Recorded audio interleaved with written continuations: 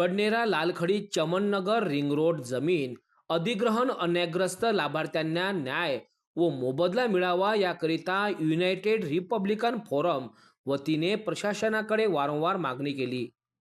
संबंधित अधिकाऱ्यांना निवेदन दिले असताना सुद्धा दखल न घेतल्याने 4 डिसेंबर रोजी बडनेरा शहरात धरणे आंदोलन सुद्धा केले। मौजे बडनेरा चमननगर परिसरातून 60 मीटर रुंदीचा रिंग रोड व पोच रस्त्यांच्या कामाकरिता खासगी जमिनींचे अधिग्रहण प्रक्रिया करण्यात आली। मात्र यात घोळ झाल्याचा आरोप युनायटेड रिपब्लिकन फोरम वतीने केला आहे।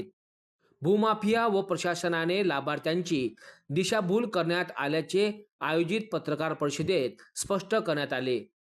लाभार्थ्यांना न्याय देण्यात यावा, अन्यथा 15 डिसेंबर पासून धरणे आंदोलन करण्यात येणार असा थेट इशारा यावेळी देण्यात आला। पत्रकार परिषदेला किरण गुर्दे, मिर्झा अन्सार बेग, मोहम्मद शारिक, मोहम्मद नजीर, सायरा बानो, सय्यद ननीर, जायदा बी, इब्राहिम बेग आदी उपस्थित होते।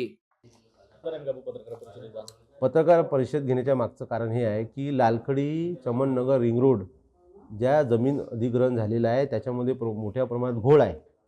याच्यामध्ये SDO कार्यालय, तिथले जे मूळ मालक आहे यांची संगम मतानं तिथल्या ज्यांच्या प्रॉपर्टी ऑलरेडी आहे त्यांना मुआवजा भेटला नाही, त्यांचं पुनर्वसन झालं नाही आणि आम्ही यांना घेऊन वेळोवेळी SDO कार्यालयाजवळ गेलो, एक दिवस धरणे आंदोलनसुद्धा केलं, परंतु अद्यापही त्यांना मोबदला भेटला नाही। त्यामुळे आज आम्ही याच्यातला खुलासा केला की कशा प्रकारे याच्यावर अन्याय झाला, ती सविस्तर माहिती पत्रामध्ये दिलेली आहे। आणि तुम्हाला हे सांगतो की आतापर्यंत जर आम्हाला त्यांनी या सर्व अन्यायग्रस्त लोकांवर न्याय भेटला नाही तर आम्ही 15 तारखेपासून बेमुदत धरणे आंदोलन करत आहोत अमरावती उपविभागीय कार्यालयासमोर।